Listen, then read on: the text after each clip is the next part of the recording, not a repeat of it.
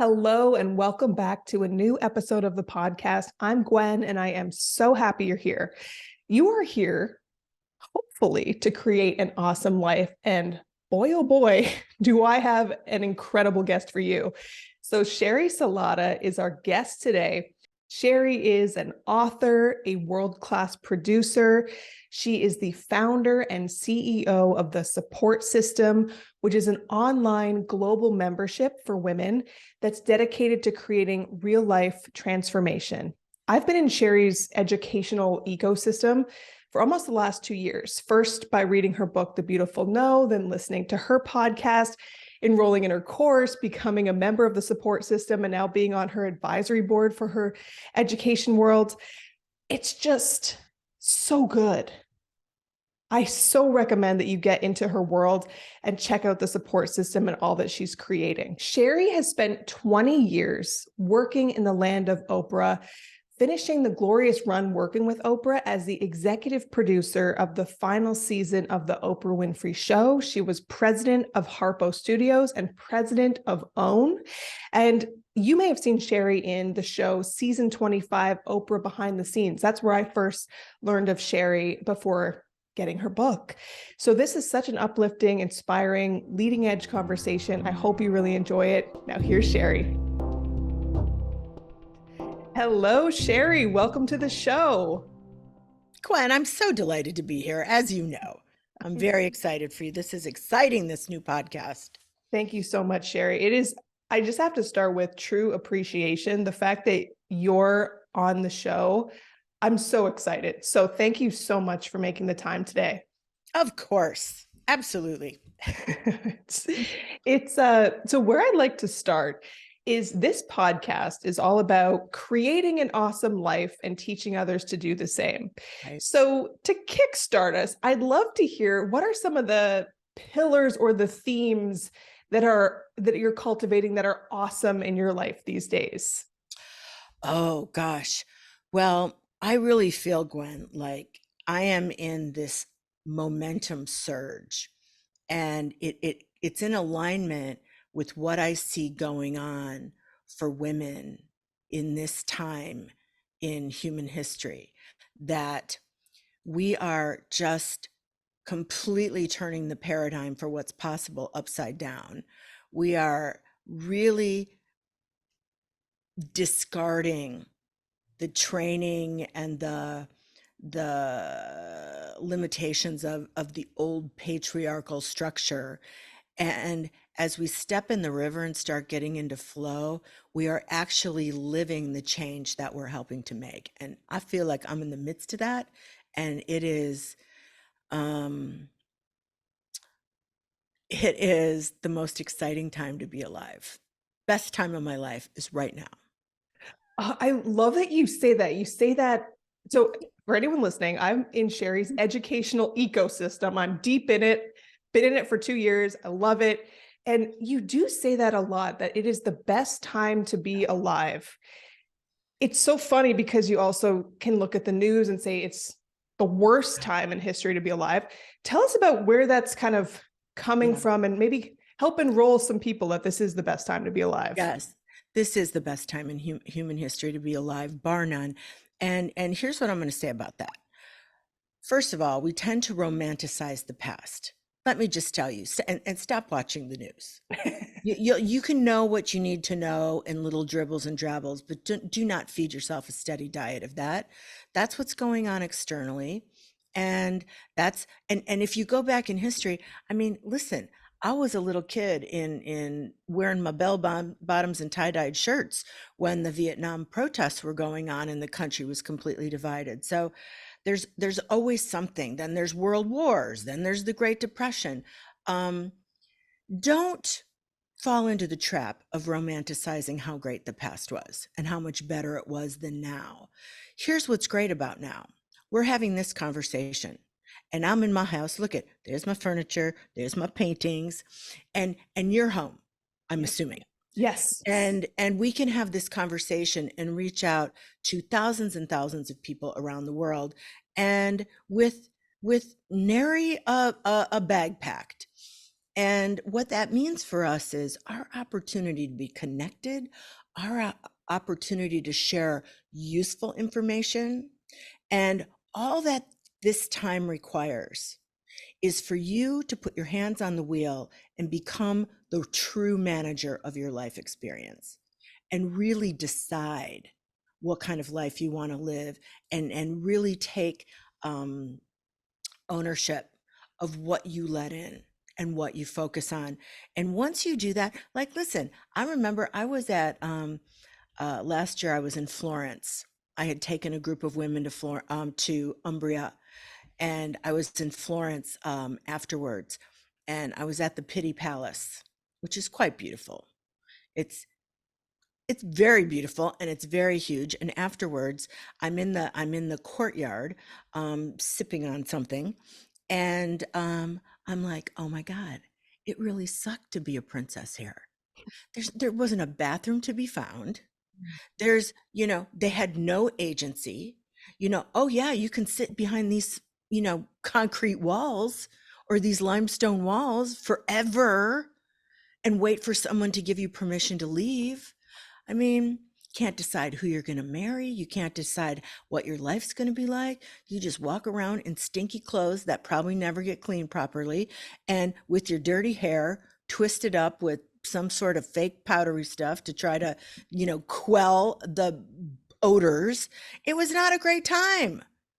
It was not a great time. You'd be better off being a college student in the United States of America or Canada with $40 in your pocket than a princess in those times. So that's what I'm saying. Let me give you a little perspective. We are in the leading edge of opportunities for learning. We're on the leading edge of possibilities of spiritual expansion combined with the ancient ways. I mean, Gwen, I wake up and I go, what bedazzlement is gonna drop in my path today? Oh, you are 100% on the leading edge of being a trailblazer teacher for now. And I was really thinking about, you have got to be the most dedicated teacher I've ever encountered. From creating the course to the support system to the fact that you offer your students the chance to meditate with you every day, Monday to Saturday. So good. No one's doing that that I've seen so far in my world. But I'd love to ask you, you had such a transition from being a producer to being now a teacher, being online, learning like the Zoom world, all the learning Yeah. management system worlds. Can you tell us what initially inspired you to say, I want to go online and be a teacher? Okay, here's what I'm going to tell you. Now, first of all, here's my big confession. I don't think of myself as a teacher. Hmm. I really don't. And I know who teachers are, and I've produced a gazillion teachers. Yeah. I would say, and well, you're in my world, see if this lands with you. Yeah. I feel like what's going on with me is I have dialed up and committed to my own expansion of consciousness. And in doing so, and adding in all the practices and talking to the people who keep that conversation vibrationally high, I just say, who wants to come with? Who wants to come with? And let me create things, because I do know how to produce. Let me create things that so everybody has a seat at the table. There'll be some free stuff, there'll be some paid stuff, there'll be high ticket stuff, but everybody has a seat at the table to go on this, to walk this path with me. So I'll start by saying that. Second is, what inspired that?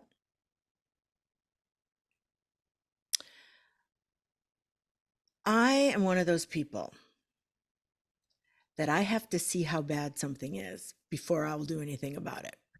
That has been my history. I stay too long at everything, in every relationship, at every job. I always stay too long. And I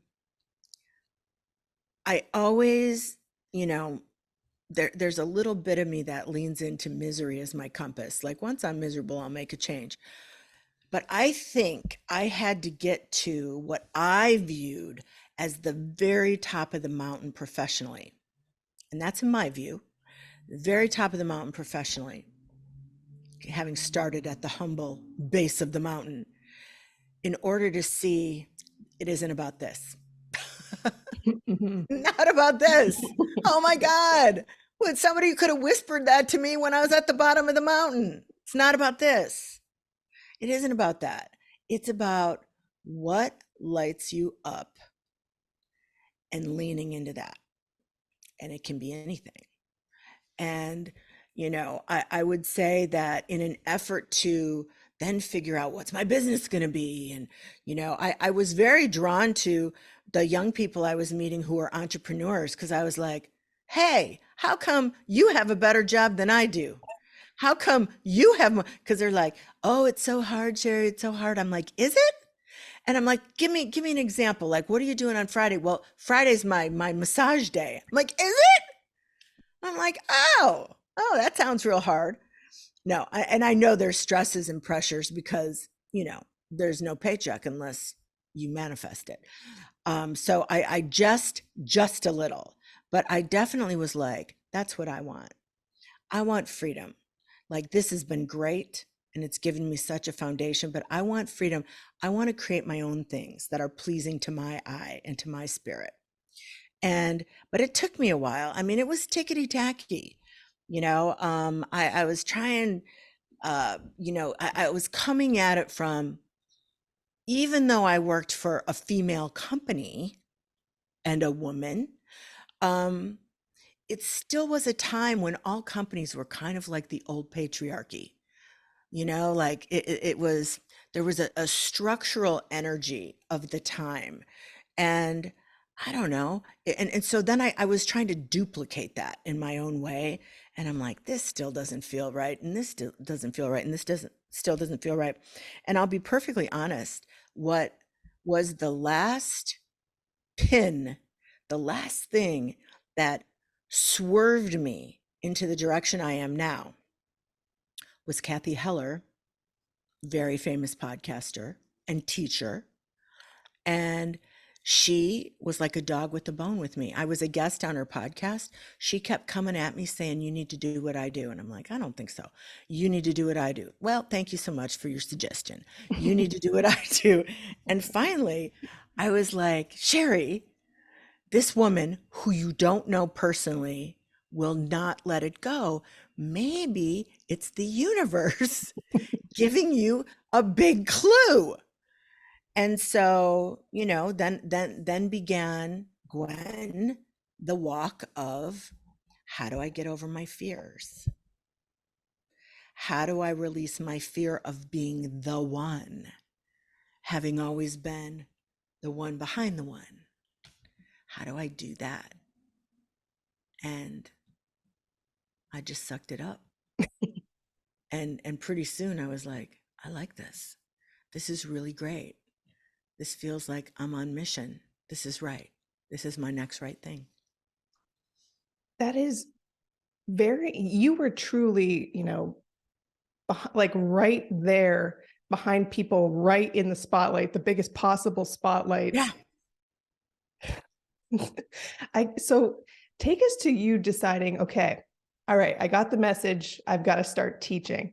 How did you even go about creating your course? What was like the process for you to create your course? Well, here is the miraculous thing is I had written a memoir. So that opportunity came my way from a friend who was a big muckety muck in literary agent world. And she got me a book deal. And it was the hardest thing because, of course, I didn't want to say anything really. And it took me, I was late my first draft by a year, but I just kept having these experiences, these miraculous experiences, um, like this is a big deal, Sheri, and I know you're uncomfortable and I know you're scared, but I think you can figure it out. You love to write, you're good at it. speak in your own language about the experiences of your life. Because listen, if you're young, my book is a cautionary tale. And if you're my age, it's a rallying cry. Because I'm having to pick myself up and say, listen, you're not done. That was just the beginning. And what's next? You got a million things you haven't done yet. So that book, I looked at that book and I thought, what if I could give women the experience that I gave myself when I began my new life at 56? 56.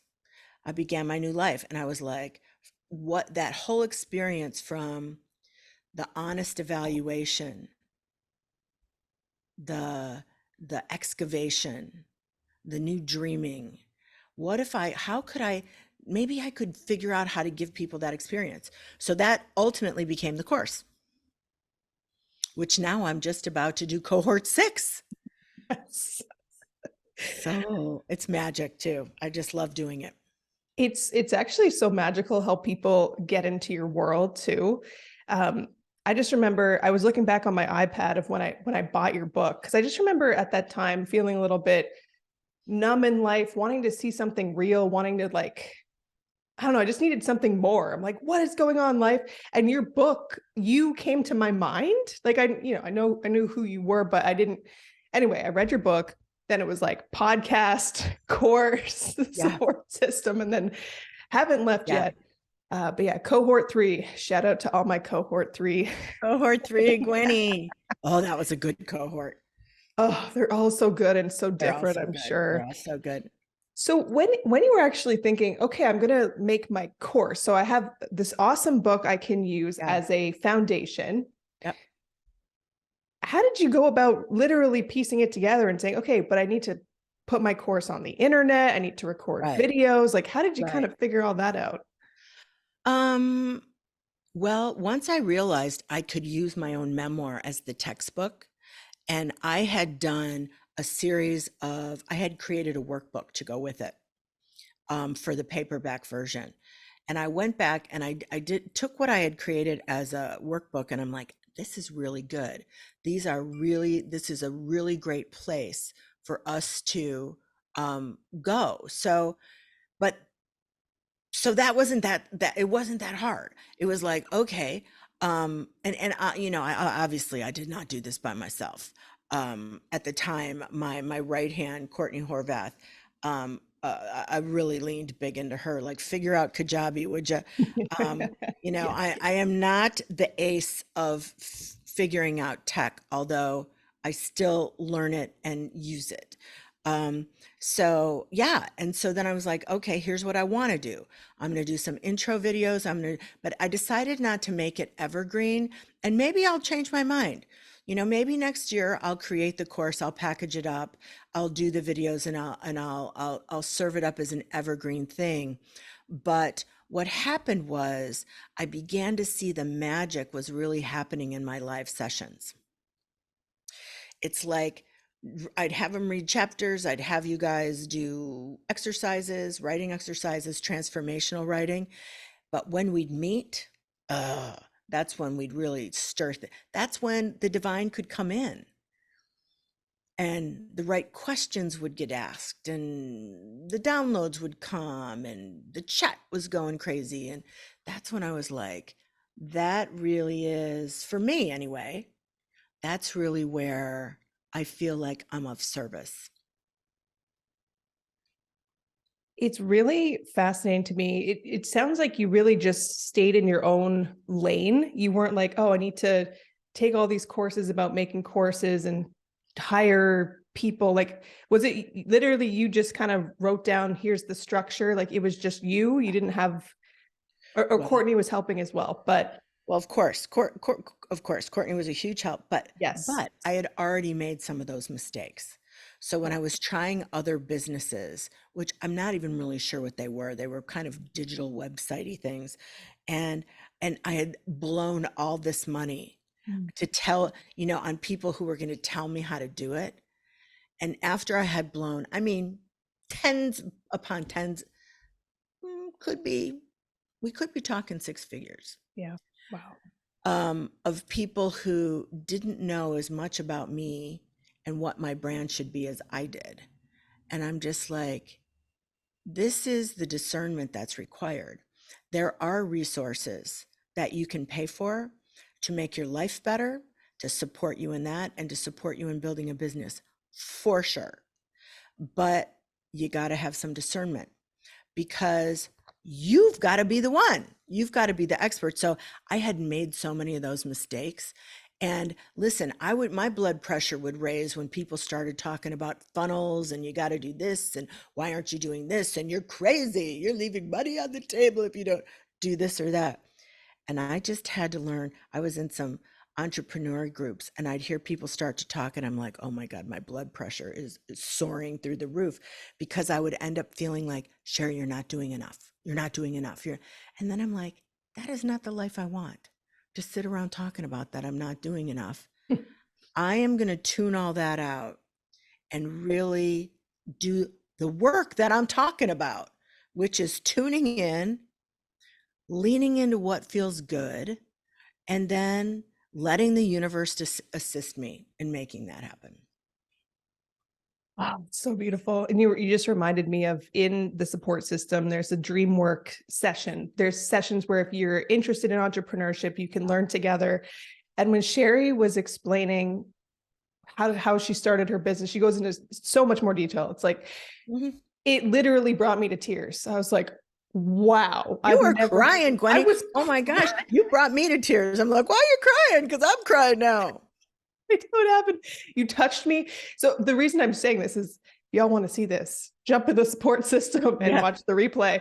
That's right. But I've just never heard anyone explain business in that way before, that just resonated so deeply and was like truly guiding the path of what could be possible. And I was like, whoa, so good. I should just watch it like every day before I start my day.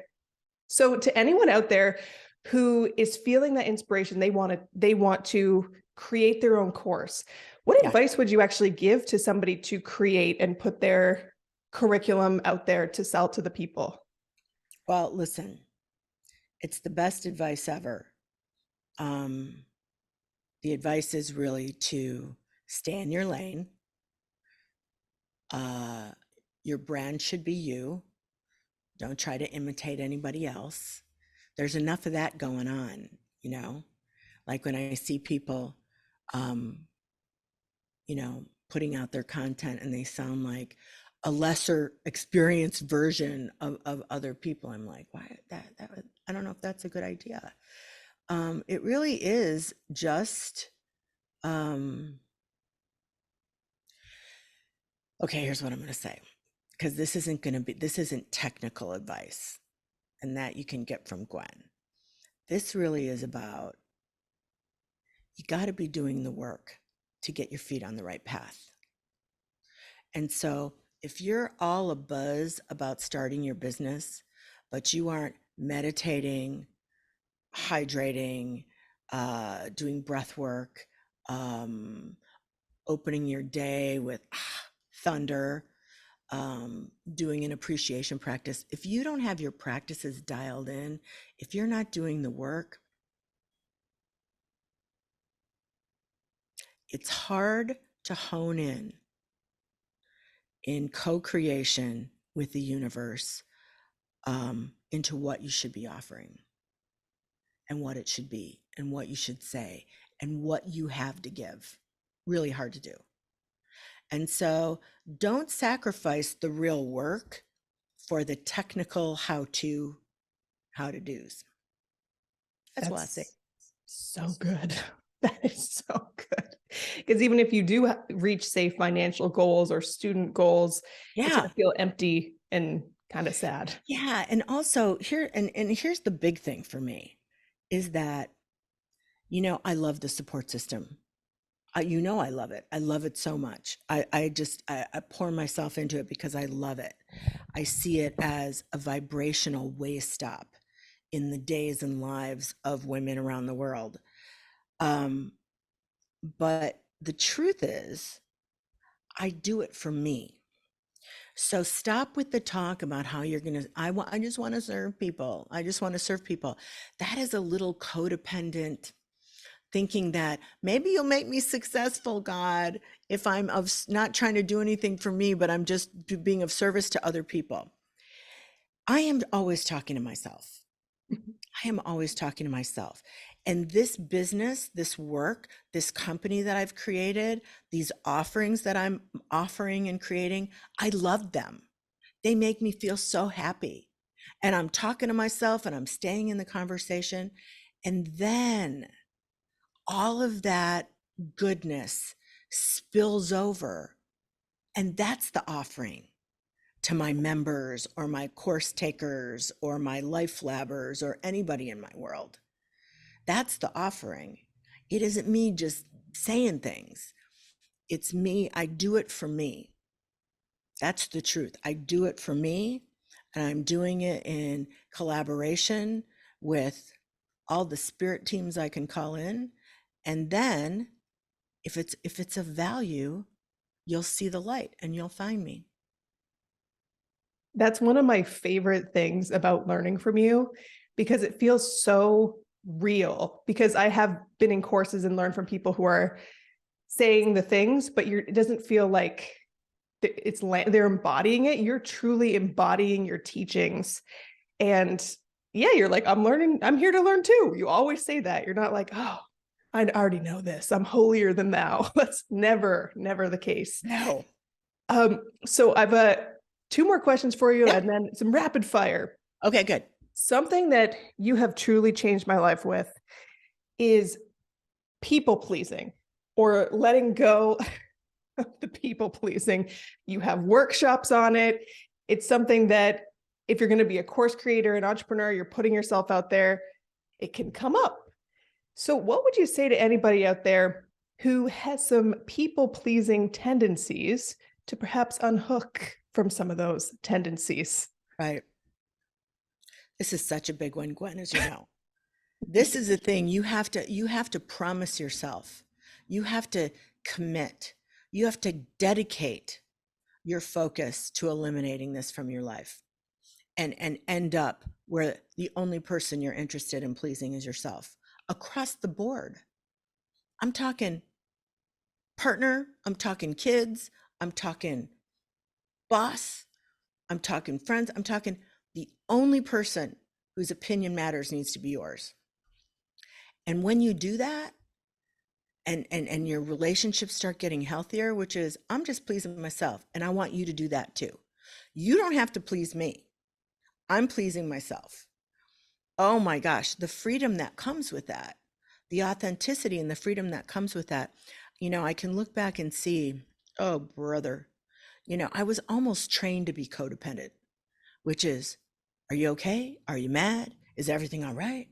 Is it something I do? Can I, what dance steps can I do, to make you feel better, as if I'm in charge of how anybody else feels, which I'm not. And also, somebody needed to tell me when I was this high, not everybody's going to be a match for you. And that's okay.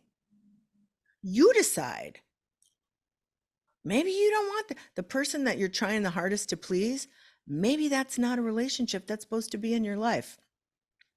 I had this huge epiphany the other week that not everybody you've ever met in your life gets to go on your entire life journey. Mm. So it's like that discernment. So you got to commit to stopping people pleasing. You've got to commit to, my own opinion matters, how I feel matters, how the person I'm pleasing is myself. Not that you're out to displease people, but I'm not really doing it for you. It's practice, Gwen. It's practice. It's practice.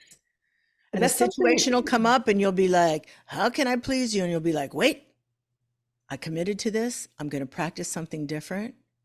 The words are going to flow right off my tongue. I'm going to say no to your request. Thank you for asking. That leads into my period. Yes. That is also, I was referring to my notes on you did a workshop on saying good yeses and beautiful no's and actually kind of around people pleasing and saying no when people ask you for stuff. And yeah, I was referring to my notes just like on Sunday. I'm like, okay, I got to say no to something. Like, how do I do it? I say no. So good. And then celebrate, because that's turning around that boat will make the biggest difference in your life. And you have a deeply ingrained pattern to do the exact opposite. So it's going to take a little while for it to be second nature. Me too. Yeah, I remember, I think in your book where you've said out loud, I could say no very easily running 1,000-person company, but in my own life, it was like, oh, sure, I'll come on in. For real. If you're paying me, I'll say all the no's. I'll have all the hard conversations if you're paying me, because I'm responsible like that. But not if it's for me. If it's for me, it's just run right over me all the time. But not anymore. Yeah, I feel like I just feel like you truly are walking your talk, and so it's mostly. And then I'm like, you're not walking your talk. What would workshop Sheri say right now? That's my favorite thing to me, when I'm just like all like grouchy and grousing about what would workshop Sheri say right now. She'd say, oh, that's an interesting reality you're calling in. And then I go, what? Cancel. I love that workshop. We all should have our own workshop self. It's like the highest, best version of yourself who's, and then there's the answers, the downloads. Workshop Gwen. Yeah. Podcast Gwen, happy, lighthearted, and then, later on, grouchy, tired. It's like, okay, got to get back. What do you think is your next edge? What is the thing that if you could just kind of get this next thing, you really think your life's going to just blossom to that next level? Oh, that's such a good question, Gwen. My next edge is coming into focus right now. I don't totally see it. I have been on a big plant medicine journey path. I think that is going to feature more prominently in my life going forward in terms of massive spiritual expansion. I think there's also some healing modalities that I think can pick up the momentum on me releasing my old patterns. And as you know, I'm moving to a new state, and which totally feels divinely guided. And I can't even hazard a guess at the gems and the treasure waiting for me there, because there's no question my soul's making this happen. Because I gotta pack up all my stuff again, do all that again. Like I was getting ready, like starting to declutter and figure out what I'm taking. And I'm like, jeepers, this is the third time you've done this in 10 years. That's a lot. And I'm just like, oh, but those gems are waiting, the treasure's waiting. So I think my real answer to your question is, I want to live my life and make my choices so I'm always standing right at that edge, as far as I can go at that moment, and then up level and find a new edge. So cool. See, everyone, you need to join the support system. You need to be in Sheri's world, because as Sheri, as you always say, like, this is the only kind of conversation you want to have. You only care about. You don't want to be talking about, anything that's kind of dragging you down. It's like, how do I... Politics. Yeah, I was going to say, politics. Exactly. Listen, everything has its place, but I will say this. If you want a better life, you have to talk about better things.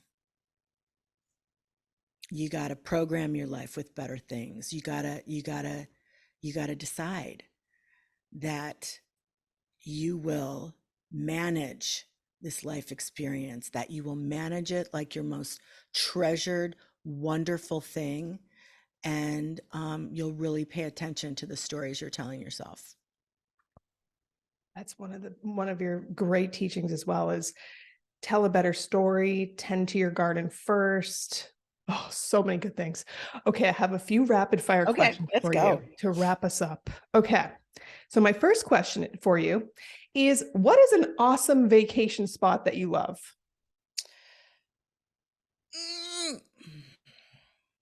Oahu, Ooh, Waikiki Beach. it's on my dream board list. What is an awesome self-care tip that you could share?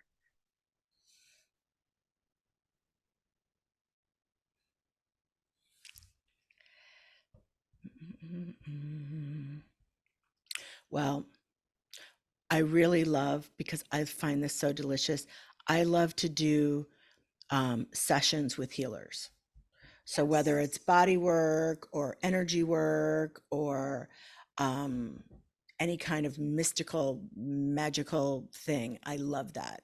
And I think infusing those sessions into my month is just, it's like every time I see it on my calendar, I'm like, yay. And then afterwards, I'm like, wow, what an amazing thing. I feel like it just keeps me really open. That's such a good tip. That's so true. Yeah. What is one awesome brand or company that you're just truly loving right now? Mm. Well, gosh darn it. I don't have one right in front of me. I got about 50. I just love those Yetis, the personalized Yetis. I mean, I've done tons of them for marketing different things, but I love a great Yeti. Um, and I have the coffee Yetis. I have the no handle Yetis. I think that Yeti thing is really good. So that's one of my favorite brands right now. That's so good. And also, everyone, Sheri has a whole shop of her favorites. I So do. we'll I link do. that. What this one might be hard for you, but what is one awesome book that you're really loving right now? Oh, I'll show you. This is a recommendation from someone I follow in social. Mary Magdalene Revealed. This is the first apostle, her feminist gospel. I have a feeling there's, from my Catholic upbringing, which I've completely abandoned, other than as kind of like a nationality. Like I love a good cathedral, makes me think about some things. But I think there's some gems in here. The other book is Introduction to Internal Family Systems by Dick Schwartz, who the founder, who I just had a conversation with a few days ago. I think that is the explosively breakthrough, completely disruptive new mode of marriage and family therapy. And I think I'm pursuing it. I mean, that's what I'll tell you. I'm pursuing it. I think there's just gold in those hills. I think it's really amazing. Thank you so much for introducing him to us. Yeah. Me, like very excited to learn more. Who is a guest, an awesome guest who has not appeared in the support system yet, that we can just put out into the universe that we would love to have them join the support system and share their wisdom? Well, listen, I'm loath to ask her. I'd love to have my friend Elizabeth Gilbert come. Because I've asked her for a couple things over the years, and now I feel like I know what it's like to be asked for everything. So we have the same speaking agent, so Miriam. So I'll just put a little bee in Miriam's bonnet and say, when things are slow and it feels like a good time, or she has something to promote, let's try to get Lizzie into the support system, because she's one of us. Listen, I danced at a rap party on top of a table to Ain't No Mountain High Enough with Elizabeth Gilbert. One of my life highlights. I cannot wait. Can I just say that it also let's it can't be a bee in the bonnet. Like her talking to you, she's gonna leave feeling so happy, so uplifted. It's gonna lift her spirits. I Maybe know. she'll just reach out to you and be like, "Hey, what are you doing over there? Maybe. Can I Let's come see. over?" Let's see. Like, universe, bring Elizabeth Gilbert. Bring her to me. Bring her right to me. Oh my gosh. Can you imagine if we conjure her? I mean, Oh, that's how my life's working lately. we know it's already done. We just gotta, Yeah, the it's timing. I done. can't wait. It is done. It is done. It's gonna be so good. It's gonna be so fun. I can't wait. I can't wait. Couple more questions. What's one awesome piece of advice that you have received that's made a big difference for you? Here's a piece of advice I just got recently from one of my healers. She was saying,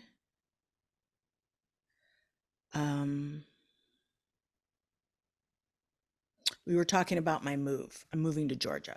So we were talking about my move.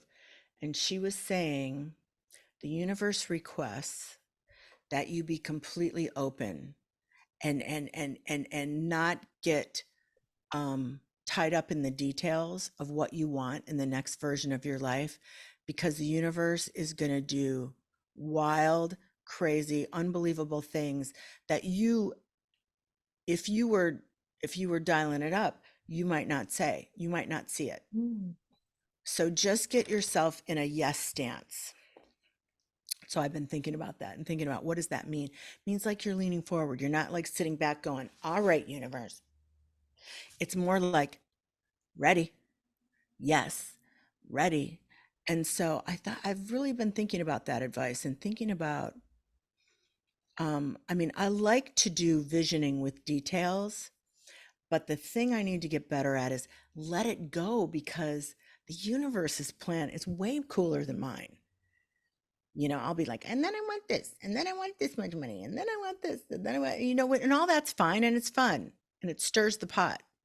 But the universe if you'll let the universe knock your socks off, if you'll let yourself prepare to be dazzled, it's so much better than anything you could have thought of. That's what I'm finding. That's good. Prepare to be dazzled. Any last final pieces of words of wisdom that you'd want to leave people with?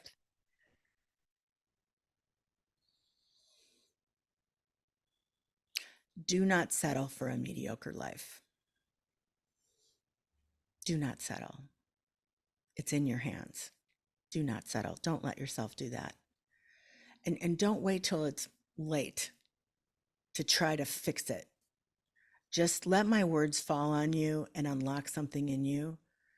Let my words just fall on you as your own truth. Do not settle for a mediocre life. No way.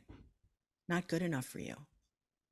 Really, really, really start thinking about what your ultimate joyride looks like and start magnetizing that right to your front door. That's what I have to say. Ooh, take that in, everybody. And the final question is, where can listeners get into your world? And is there anything you're excited to share that's coming up that you're conjuring? Well, my baby is the support system, my private membership group. It really is for women. I think we had a guy come in for a month and he's like, it really is. It is it's a woman thing. I don't bar men from joining, but it really is. It seems to be really becoming more and more the energy of the female and the divine feminine, and really shifting the paradigm. So that's my and everything else I do, I talk about in there. And maybe even at the beginning, just subscribe to my email list, and I think we offer a free workbook that's so good. Change 10 words, change your life. And take a look at that. Give that a whirl. Do those exercises, see what happens. And, you'll usually hear from me about once a week, and I keep you posted on everything that's going on. And, I do think the support system is becoming the absolute best private membership group for women. I see nothing that is its equal. And it's because it isn't just me. It's because it is a vibrational thing that we're all creating together. It's a beautiful thing. Sheri, thank you so much for being on the show. This has been a true joy. I so appreciate you and so excited to see what's next for you. We're all rooting for you. Yay. Thanks, Gwen. Thanks for having me. It's an honor. Thanks for listening, everybody. Go podcast. Go Gwenny. Thank you so much for listening to the podcast today. I hope you truly enjoyed the interview. If you liked it, I would so appreciate it if you rated the episode, left a comment or a review. I hope you have an absolutely awesome day. And as always, remember, take care of you.